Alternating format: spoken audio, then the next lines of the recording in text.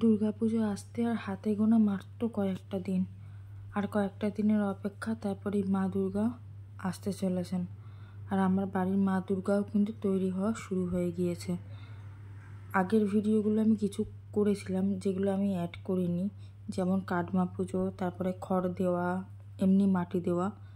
তখনও ঠাকুরের মুখ আঙুল কিচ্ছু হয়নি, তখন ওই ভিডিও আমার কাছে করা আছে, কিন্তু যেহেতু আমার পেন ড্রাইভে রয়েছে সেই জন্য আমি অ্যাড করতে পারলাম না। পরে কোনো একটা ভিডিওতে অ্যাড করে দেব। তো এখানে দেখুন মায়ের কিন্তু মুখ, তারপরে আঙুল, পায়ের আঙুল সব কিছুই বসে গেছে, সব ভগবানদেরই মুখ বসে গেছে। আর এখন কিন্তু মাটি দিয়ে জল দিয়ে যে পালিশটা হয় সেটা হচ্ছে। ঠাকুরের গায়ে শুধু মাটি দিয়ে দিলেই হয় না, মাটি দিয়ে কিন্তু জল দিয়ে পালিশ করতে হয়। এগুলো কোনোটাই জানা ছিল না যদি না নিজের বাড়িতে দুর্গাপুজোটা হতো। তো এটা আমার কিন্তু অনেক বছরের পুরনো, প্রায় 256 বা 57 বছরের পুজো হলো এটা।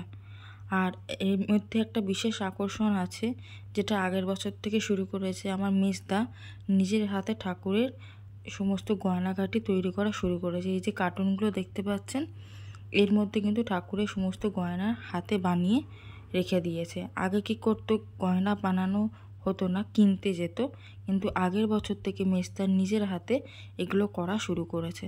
আর দাদার কাজ এত নিখুঁত, এত ধৈর্য দিয়ে করে মানুষটা, আমি অবাক হয়ে যাই। আমরা তো একটু কিচ্ছু করতে পারি না, ঠাকুরের কাজ মানে বুঝতে পারছেন।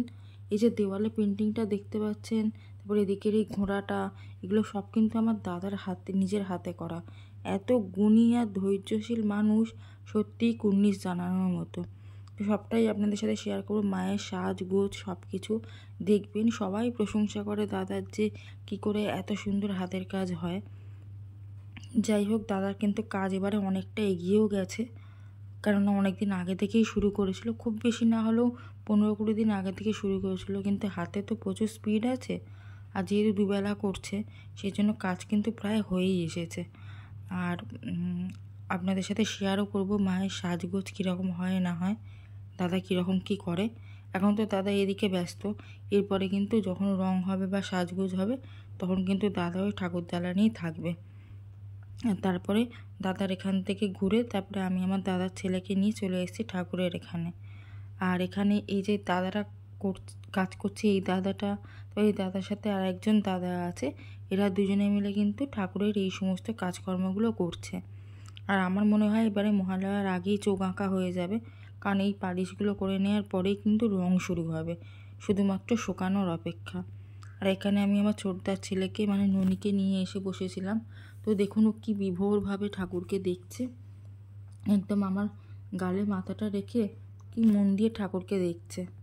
ও একটু একটু করে বড় হচ্ছে, তো দেখতে পাচ্ছে বাড়ির পুজো কিরম হয় না হয়, এগুলো তো বাচ্চাদের শেখাতেই হয়, না হলে তো একদমই হয় না। আর যাই হোক, মায়ের এদিকে তো কাজকর্ম একদম পুরো দমে শুরু হয়ে গেছে, মোটামুটি হয়ে এসছে। এরপরে হয়তো চুন রঙটা শুরু হবে সকালে। আর তারপর ননি ঠাকুর দেখতে দেখতে আমার কোলে শুয়ে পড়েছে। তাহলে তুই আমার কোলে শুয়ে থাক, আমি শুয়ে শুয়ে তোকে ঠাকুর দেখাচ্ছি, কোনো অসুবিধা নেই। আমার কোলে শুয়ে শুয়ে ঠাকুর দেখছিল। তারপরেই চলে এসছে আমার মেজদার বড় ছেলে। মেজদার তো যমজ দুটো ছেলে, তার মধ্যে ছোটোটা তখন খাওয়া দাওয়া শেষ হয়নি, একটু দেরি করে খায়, বড়টা চলে এসেছিলো। তো এই আমরা দুটো বাচ্চাকে নিয়ে আর আমি বসেছিলাম, বসে বসে দেখছিলাম ঠাকুর তৈরি করা সব কিছু। তো তার মধ্যে তো দুজনের বদমাইশি শেষ নেই, ওকে খিমচাচ্ছে, ওকে মারছে। তারপরে হঠাৎ করে আমার মেজদার ছেলে আমাকে আদর করা শুরু করে দিয়েছে। ও খুব মানে ভালো, ওকে একটু যদি বলা হয় যে মানে আমাকে একটু আদর করো, বা বলতেও হবে না, ও নিজের থেকেই এসে জড়িয়ে ধরবে, আদর করবে। মানে আসলে ছোটোবেলা থেকে দেখছে তো, সেই জন্য একটা আলাদাই ব্যাপার আর কি। তো ওকেও আদর করছে দেখে আমার ছোটদার ছেলেও এদিকে আমাকে আদর করা শুরু করেছে। তো বাচ্চাদের সঙ্গে থাকতে গেলে একটু বাচ্চা হতেই হবে, তাই ওদের সাথে একটু হাসি মজা আনন্দ করছিলাম, কারণ এরা থাকলে আর কোনো মানুষকে আমার প্রয়োজন পড়ে না। তো যাই হোক, এদিকে মায়ের কাজও চলছে, এবার এখন অসুরের গায়ে এগুলো করা হচ্ছে। বাদ বাকি আমার মনে হচ্ছে যতদূর সব ঠাকুরকেই করা হয়ে গেছে। আর এখানে যে দাদাটা করছে সেই দাদাটাও বেশ ভালো, মানে হাসি খুশি গেলে কথাবার্তা গল্প হয়।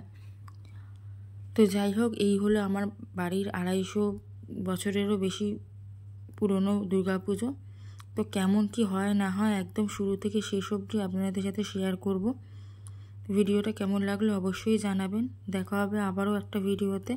এরপর ঠাকুরের রং করা আছে, সাজ আছে, মন্দির রং করার আছে, মন্দিরের এই সিঁড়িগুলো রং করার আছে। প্যান্ডেল তো হয়েছে শুধু বাঁশ দিয়ে আর ট্রিপল দিয়ে, এরপরে পুরো প্যান্ডেল হবে, বাড়িতে নাড়ু হবে, সব কিছু আপনাদের সাথে শেয়ার করব। তো ততক্ষণের জন্য সবাই সাথে থাকবেন, পাশে থাকবেন। আর মায়ের কাছে একটাই প্রার্থনা, মা যেন এসে সমস্ত অন্যায়ের বিচার করে আর প্রত্যেকের মনস্কামনা পূর্ণ করে। তো দেখা হবে খুব তাড়াতাড়ি পরের একটা ব্লগে। ততক্ষণের জন্য সবাই ভালো থাকবেন আর আমার সাথে থাকবেন। বাই।